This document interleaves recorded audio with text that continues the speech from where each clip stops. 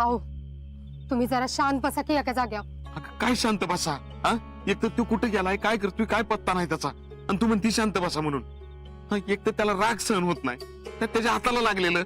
अहो होय की, पण आता राहुल्या अंशीतली गेल्यात ना मागणं. तुम्ही नका टेन्शन घेऊ, शीतल येईल त्यांना घेऊन. होय समाधान्या, पुष्पी म्हणते की नाही ते अक्षी बरोबर आहे बघ. आता आपण जरा कठीण झालं पाहिजे, त्याशिवाय आजी आपला ऐकणार नाही. पण जीजी आत्ता लगेच ते आत्ता इतक्या दिवसांनी घरी आल्यात, त्यातनं त्यांची तब्येत बी ठीक नाही, नाजूक आहे. आपण त्याला नीट शांतपणे बसवून समजून सांगायला पाहिजे होतं. काय आपण गडबड केली.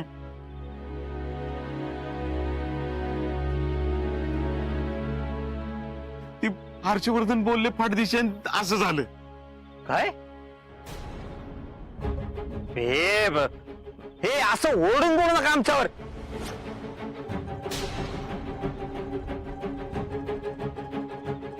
आम्ही काय मुद्दाम केलंय का बरं? नाही म्हणजे तुम्ही स्वतःवर वडून घेऊ नका हो. मी तसं म्हणत नव्हतं तुम्हाला. आवाज सोडून बोलू नका आमच्यावर. अहो, आवाज कुठं चढवलाय मी? तुम्ही उगाच गैरसमज करून घेऊ नका हर्षवर्धन. नाहीतर काय, आणि मुळात आम्हाला कुठं माहिती होतं की तुमचं आज ठरलंय ते? काय आम्ही आज बोलणार आहे ती माहित नव्हतं तुम्हाला? हे, कुठं माहिती होतं तवा? काय ग जयडे, नव्हतं माहित. कुणकुण होती जरा, पण आम्हाला कुठं कोणी तर काय नीट सांगते तवा. जाऊ द्या हो जयश्री, तसं पण आपण इथं असून नसल्यासारखेच. हर्षवर्धन, तुम्ही उगाच पराचा कावळा करू नका. आम्ही पराचा कावळा करतोय? What do mean by Paracha कावळा?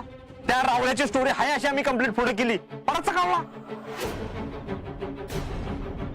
राहू द्या, आम्ही कुठं महत्वाचे ना.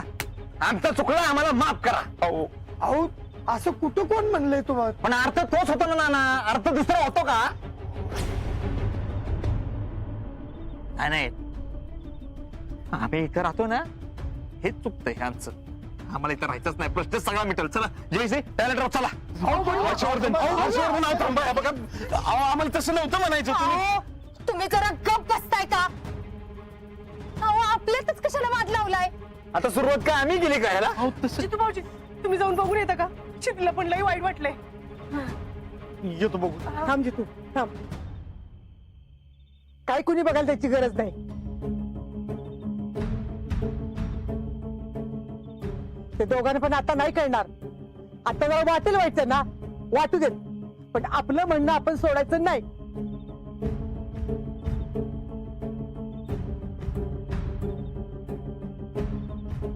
शेवटी ते दोघांच्या संसाराचा प्रश्न आहे.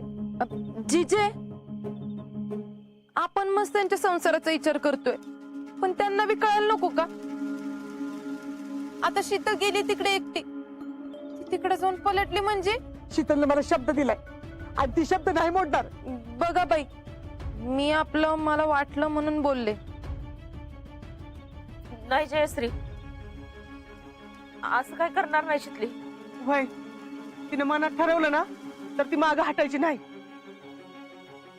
काय करायचं बाई, काय कळत न झालंय.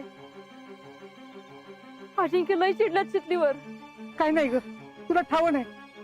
हा ग, आज्याचं शीतलवर लय म्हणजे लय प्रेम आहे बघ. आणि आजा किती जरी चिडला तरी बघा शेवटी एकटी शीतल ती समजून घेऊ त्या नाही. होय, शीतलच आजाला समजू शकते.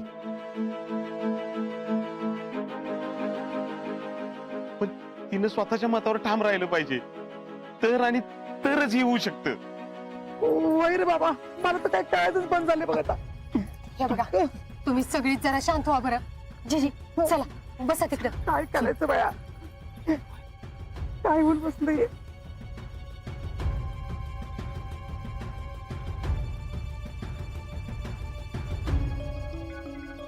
काय प्रेसिडेंट लागले का नाही काढे बरोबर? मग चांगलंच रान पेटवलंय की तुम्ही. आम्ही वनव पेटवलंय, आता हा कायम तसाच राहावा ही जबाबदारी तुमची. फिकर नॉट संचालक, मी करते सगळं मॅनेज.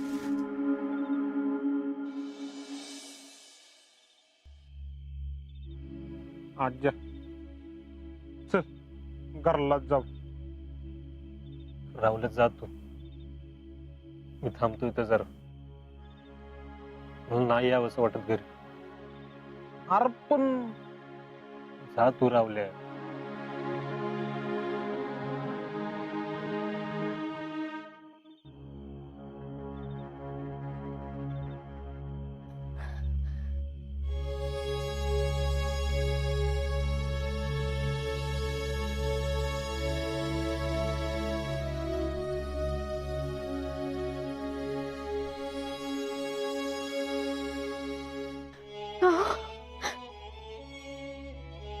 मला माहिती तुम्ही माझ्यावर लई चिडलाय.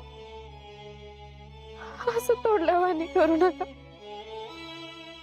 अहो एकदा बघा तरी इकडं. मी मुद्दाम केलं नव्हतं. माहितीये मला तुम्ही माझ्यावर विश्वास नाही ठेवणार. आणि एकदा माझं ऐकून घ्या. तुम्हाला नाही पटलं तर वाटेल ते बोला. पाहिजे ती शिक्षा द्या, मी भोगाय तयार आहे. पण एकदा तरी माझं बोलणं ऐकून घ्या. तुम्हाला गोळी लागली होती तेव्हा सगळी जण लई घाबरली होती. आणि मला मान्य, सगळ्यात जास्त मी घाबरले होते. पण जेव्हा मला कळलं की तुमचा हात अजून पूर्णपणे बरा झाला नाही, तुमच्यावरचा धोका अजून टळला नाही, तेव्हा तुला कोणी सांगितलंय? मला नफीसा मॅडमने सगळं सांगितलं होतं. पण मी घरी कुणाला काही सांगितलं नाही, कारण ते लई काळजी करत बसले असते. पण मला काही राहत नव्हतं. काळजीनं माझा जीव लई वर खाली होत होता. कुणाला तरी सांगितलं तर मला आधार मिळेल म्हणून मी आमच्या नानांना सांगितलं. आणि त्यांना सांगितलं बी होतं की कुणालाच तुम्ही काय सांगू नका. पण ते स्वतः घाबरले आणि त्यांनी घरातल्या सगळ्यांना सांगितलं. मी खोटं बोलले, लपवलं म्हणून घरातली सगळी जण माझ्यावर लई चिडले. चिजीनं तरी याचा लई मोठा धक्का बसला. त्या म्हणल्या अजिंक्य आल्यावर त्यांना परत आर्मीत जाऊ द्यायचं नाही. आणि त्यात तू आमच्या बाजूनं बोलायचं. मला माहितीये तुम्हाला आर्मी किती महत्वाची आहे ती. पण जीजींनी माझ्याकडनं शब्द घेतला होता म्हणून मी आज तसं बोलले. तुम्ही माझ्यावर रागवू नका, नका चिडू. शितले शितले इथं बस, बस इथं.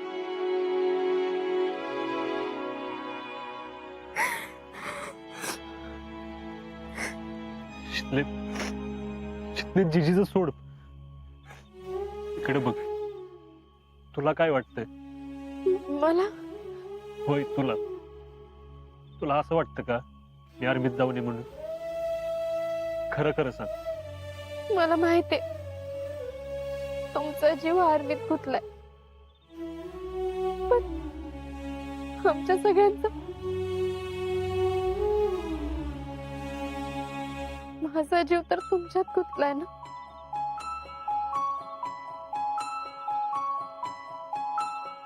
शितले सॉरी, मी उगाच चिडलो तुझ्यावर. पण तुम्ही असा काहीतरी विचार कराल असं अजिबात वाटलं नव्हतं ग. आणि तू असे काहीतरी बोलशील जरा सुद्धा वाटलं नव्हतं. शितले शितले तुला या सगळ्याची आधीपासून कल्पना होती का नाही? सगळं आपला संसार बाकींच्यासारखा नाहीये, तुला माहिती होतं का नाही? शितले आठव, तू लग्न करताना मला काय वचन दिलं होतंस? भाऊजी, जे विघ्न किंवा संकट तुमच्यावर येईल त्याला आधी मी सामोरं जाईन. शितले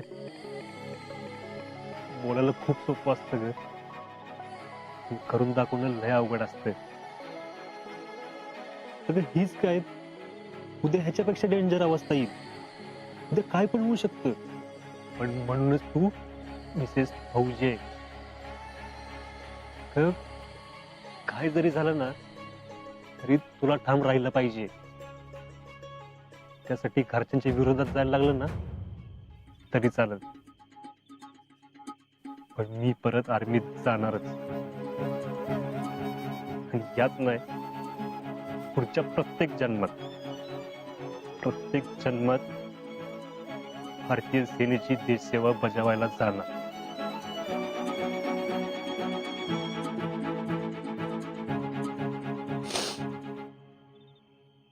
सॉरी भाऊजी, चुकलं माझं.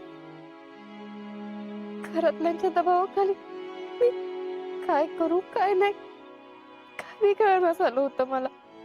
आणि त्यावर जीजींना असा शब्द दिला. तू आहेस ना माझ्या बरोबर, मला कसलंच टेन्शन नाही. आणि हे मी तुला आधी पण बोललो का नाही. शितले, तू पण एक फौजी आहेस. तुला इथं राहून आपल्या दोघांची जबाबदारी सांभाळावी लागते. आणि तू इथं आहेस ना, म्हणून मी तिथं बॉर्डरवर निश्चिंत उभा राहू शकतो. भाऊजी, फक्त मीच नाही हो, घरातले सगळे बी तुमच्या पाठीशी असले पाहिजे. त्यांना नाही पटणार शितले.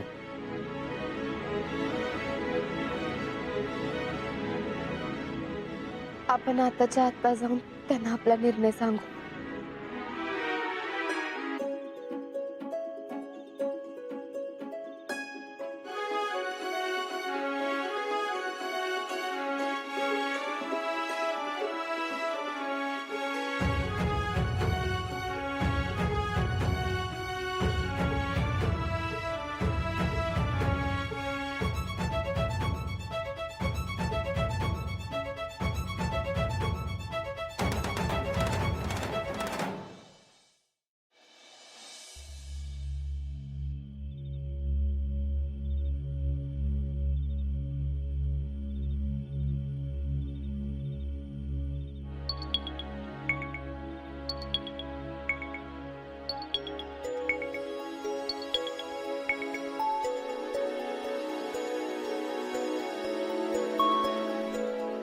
मामा, जीजी, नाना, आम्ही लई विचार केलाय आणि आमचा निर्णय ठरलाय.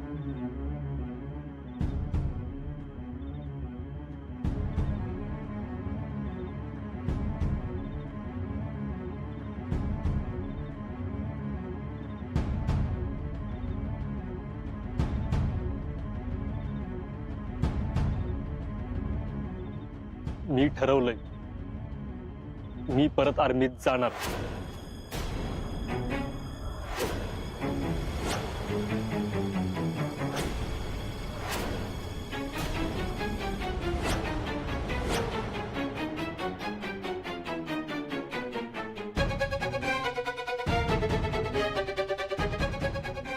आजा, अरे असं काय रे बोलतोस पोरा. अजिंक्य, अहो ऐका तरी, एकदा तरी ऐका आमचं. अहो आज पतूर तुम्ही तुमचंच म्हणणं खरं करत आलाय. अहो मामी, तसं नाही मामी. शितले, अगं तू तरी समजाव की त्यांना. जो यांचा निर्णय तोच माझा निर्णय.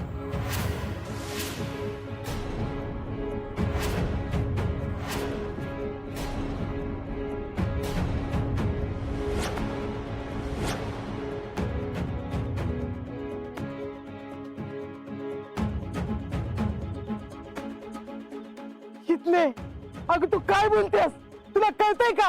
अगं आमच्या सगळ्याचा विश्वास तोडलास तू. दिलेला शब्द मोडलायस.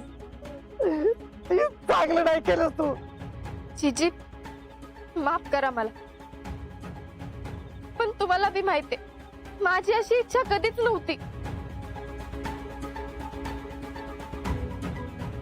अंजीजी, तुम्हाला शब्द देण्या अगोदर मी यांना वचन दिलं होतं आणि ते मी कधीच मोडू शकत नाही.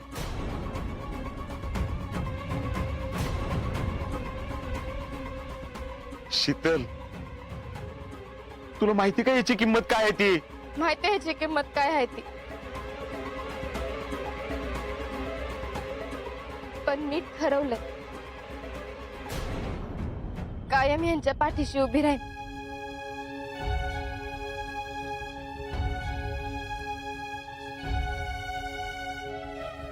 यांना यांच्या स्वप्नांना सपोर्ट करीन, कारण हे माझं कर्तव्यच आहे मामा.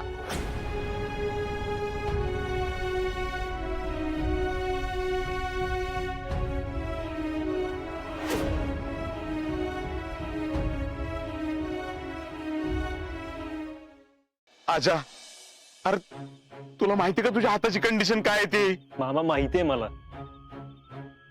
शीतल बोलली मला.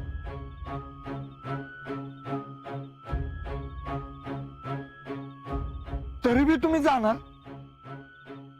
अहो, हात बरा नसेल तर तिकडे सीमेवर कसं उभं राहणार तुम्ही?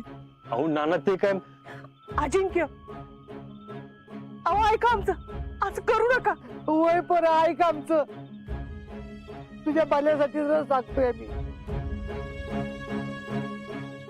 होय अजिंक्य, तुम्ही ह्या सगळ्याचा शांतपणाने विचार करा. अहो, असं का करताय तुम्ही सगळेजण? अहो अजिंक्य, तुम्ही का असं करताय?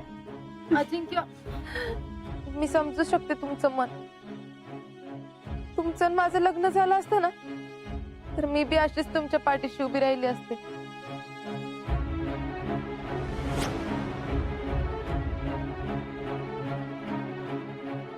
म्हणूनच तुमच्या दोघांचं लग्न नाही झालं का नाही, तीच बरं झालं.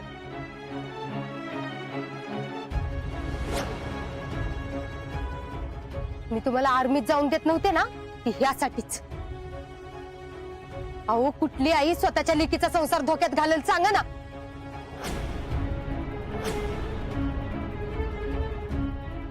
तुम्ही आधीच जर गेला नसता ना, तर ही येळच आली नसती.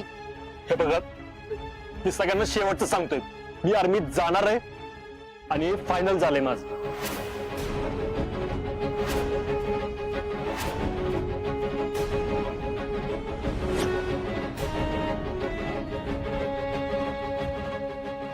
अजिंक्य, अहो तुम्ही आमचा जरासा विचार करा की, तुमच्या हट्टापया आम्हाला सगळ्यांना का भेटीला धरताय तुम्ही? अहो आई, भाऊजी म्हणलं की असं निखाऱ्यावर चालणं आलं आणि भारत मातेच्या रक्षणाची शपथ घेतली मी.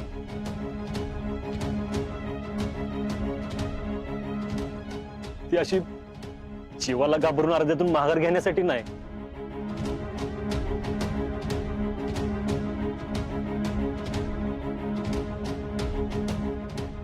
राजा आले का तू म्हणतोयस ते ठीक आहे, पण हाताचं काय? अहो मामा, ते इथं पूर्णपणे बरं व्हायला चालत, त्याशिवाय ते परत जाणार नाहीत. अगं शीतल, ती जखम काय साधी नाही. उद्या वाढलं बिडलं काय तर हाताचं, हात गमावल्यावर काय करणार आहेस तू?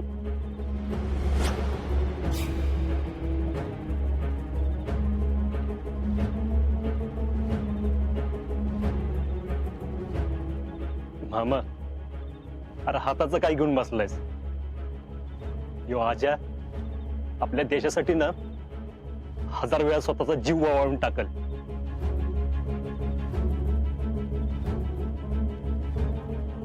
आणि राहिला प्रश्न हाताचाच ना, तर मी तुम्हाला सगळ्यांना शब्द देतो, पुढच्या 15 दिवसात परत पहिल्यासारखी ताकद मिळवून दाखवतो का नाही बघा.